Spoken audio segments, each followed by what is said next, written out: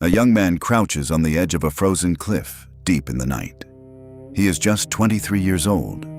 On his back, a pack full of explosives.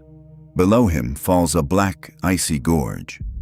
On the far side, a factory glows in the Norwegian dark. And inside it hides a secret that could change the whole war. He is not a soldier from some great army. He is a farm boy who grew up on skis.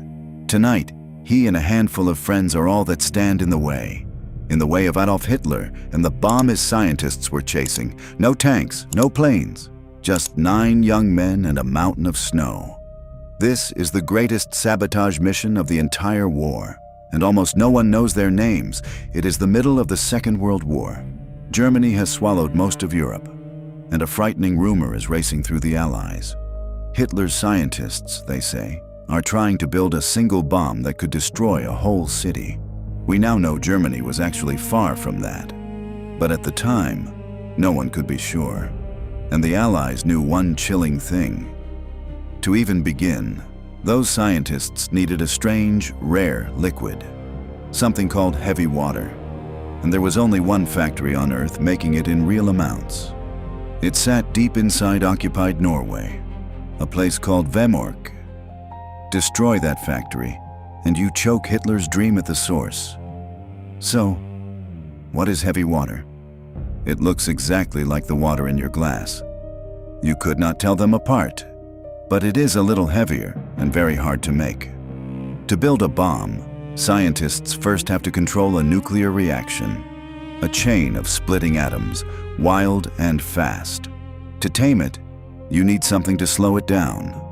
Heavy water is one of the best tools for the job. No heavy water, no easy path to the bomb. It was the key to everything. And this was the fortress that guarded it. The Vemork plant clings to a shelf of rock, high above a deep gorge. A wild river roars far below. The only easy way in is one narrow bridge, watched by German guards day and night. All around rises a giant frozen plateau, one of the largest in Northern Europe. In winter, the nights there drop to 30 degrees below zero. You could not simply bomb it. The vital machines sat deep inside the building, against the cliff. So how do you destroy a place like this? The British tried the bold way first. They would fly in soldiers by glider, land near the plant, and blow it up. They called it Operation Freshman. But the night of the raid, the weather turned savage. In the storm, the aircraft and their gliders smashed into the mountains. Many men died on impact. The survivors were captured by the Gestapo and then, on Hitler's orders, shot. Out of nearly 50 men sent, 41 never came home, and the factory stood completely untouched. It was a total disaster. But it taught the Allies a hard lesson. Brute force would not work here, because months earlier, a small team had already gone ahead. 4 young Norwegians dropped by parachute onto that frozen plateau to scout the way. But when the glider mission died, they were left stranded. Alone, in one of the harshest places on Earth, in the dead of winter, with almost no food. For weeks, they lived on moss and lichen scraped from under the snow. They grew weak. Their bodies began to swell from hunger. And still they waited and watched the factory and refused to quit. Then, just before Christmas, a small miracle. One of them shot a wild reindeer. That single animal kept them alive. These were the men waiting on the mountain. Not superheroes. Cold, starving, ordinary young men who would not give up. And now London was ready to try again.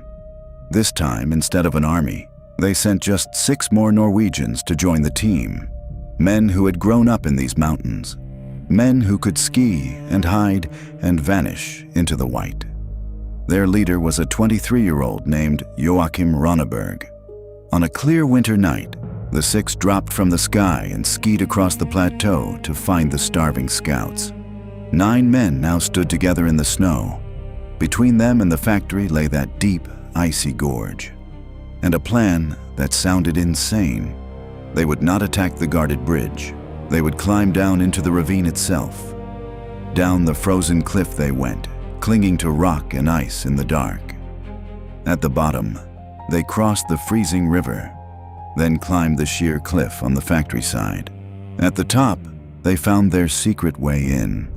Not the bridge, a narrow duct that carried cables into the building. They crawled through it, straight into the heart of the factory. Inside the machine room, they found the target. Rows of cells where the heavy water was made. And there they met someone they did not expect. A Norwegian night watchman working alone. Not a threat, just a frightened old man. In the middle of arming the bombs, he panicked. He had lost his glasses. In wartime, they were almost impossible to replace. So the commandos stopped and helped him search until they found them.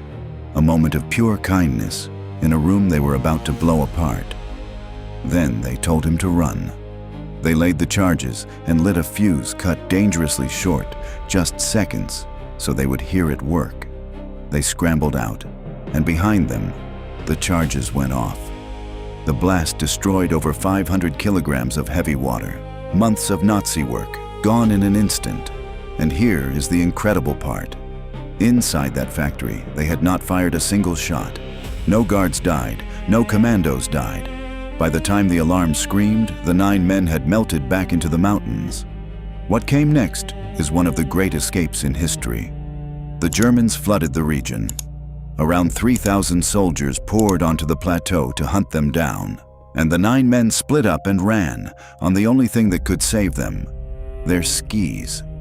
5 of them turned east, toward neutral Sweden. It was more than 300 kilometers across frozen wilderness, in enemy uniform, in deep winter. They crossed that whole distance on skis, outrunning the largest manhunt of the occupation. Everyone made it. But the story was not over.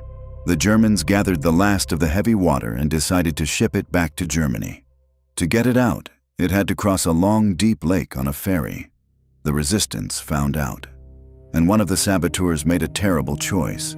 He would sink the ferry in the deepest part of the lake.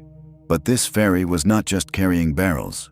It was carrying ordinary Norwegian passengers too, his own people. He planted the bomb anyway. Out on the water it went off, and the ferry sank within minutes. The heavy water was lost for good. But 18 people died with it, and 14 of them were Norwegian civilians. It is the hardest part of the story.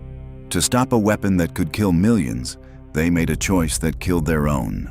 When the war ended, the truth came out.